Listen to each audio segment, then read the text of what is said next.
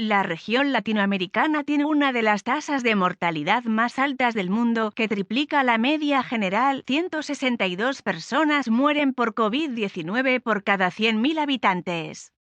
Esta cifra refleja la grave crisis que atraviesa América Latina, con 6 países en riesgo de colapso hospitalario y con unas campañas de vacunación que no logran despegar. 1/3 de las muertes en todo el mundo. Esto representa, aproximadamente, el umbral del 1.000.000 de víctimas mortales por COVID-19 que América Latina cruzó la semana pasada. Es una cifra escalofriante, y más si se tiene en cuenta que, en vez de disminuir, la pandemia acelera en la mayoría de países de la región. Solo en la semana anterior se registraron más de 1,2 millones de nuevos casos del virus, además de 31.000 víctimas mortales. Estos indicadores no han cambiado durante las últimas semanas, lo que pone de manifiesto una tendencia preocupante. Según la directora de la OPS, Carissa F. Etienne, los casos y las muertes se están estabilizando en niveles alarmantes. Los contagios van en aumento sostenido en Uruguay, Argentina y Brasil, además de Bolivia y Guyana.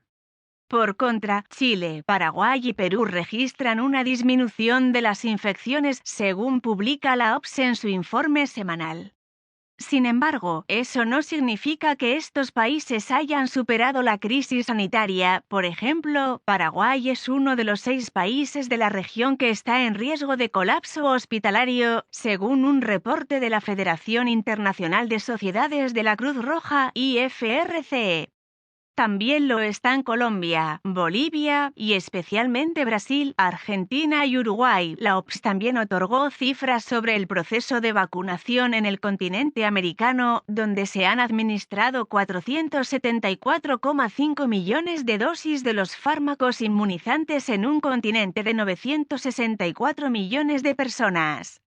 Sin embargo, la distribución de las vacunas no está exenta de las dinámicas de desigualdad. Más de la mitad de estas dosis se han administrado en Estados Unidos, concretamente 290,7 millones 5 meses después del inicio de las vacunaciones en todo el mundo. Menos de 2 de cada 1.000 vacunas se han administrado en los países más pobres de las Américas, advirtió Marta Keys, directora regional de la IFRC para las Américas. Dejar atrás a los más vulnerables en los procesos de vacunación es una catástrofe moral y de salud pública. Dejar atrás a los más vulnerables en los procesos de vacunación es una catástrofe moral y de salud pública. Millones de vidas dependen de los esfuerzos para abordar las disparidades entre los países y dentro de ellos, añadió. En América Latina, Costa Rica es el país con más población que ya está completamente inmunizada, con más de un 11% de la ciudadanía mayor de edad, seguido de México, 9,24%, Panamá, 7,91% y Colombia, 6,24%. A pesar de que el ritmo de vacunación es lento, en este aspecto la región tiene algunas noticias que celebrar. La vacuna soberana, desarrollada por Cuba, terminó el viernes pasado la última fase de sus ensayos clínicos. Así, se suma al candidato vacunal Abdalá, que también finalizó los ensayos al inicio de mayo. Además, el Instituto Fiocruz de Brasil retomó la producción de la vacuna desarrollada por AstraZeneca y la Universidad de Oxford, después de una pausa provocada por la falta de insumos. A pesar de las persistentes altas tasas de contagio, mucha gente y muchos lugares ya no mantienen las medidas de salud pública que sabemos que funcionan contra el COVID-19.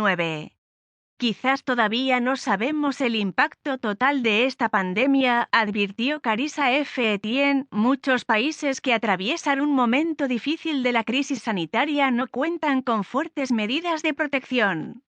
Colombia, por ejemplo, tiene pocas restricciones para limitar los contagios, igual que Brasil, que vive con cierta normalidad a pesar de sus altas tasas de mortalidad y de infecciones. En cambio, otros han decidido hacerle frente a la pandemia con nuevas restricciones, como Argentina, que impuso una cuarentena estricta de 9 días para frenar el avance del COVID-19. Con F y medios locales, un tiroteo en California deja al menos 8 muertos. Joe Biden ordena ordena un nuevo informe sobre el origen del COVID-19. Un gran jurado decidirá si se debe acusarse a Trump de fraude fiscal. Dogecoin, la historia de la criptomoneda que hizo historia en la economía de Deer Park, será la refinería más eficiente de Pemex. Estados Unidos anuncia que apoyará a Palestina, pero sin beneficiar a Hamas. Vladimir Putin se reunirá con Joe Biden, su quinto presidente estadounidense. Argentina negocia su deuda con el FMI con una crisis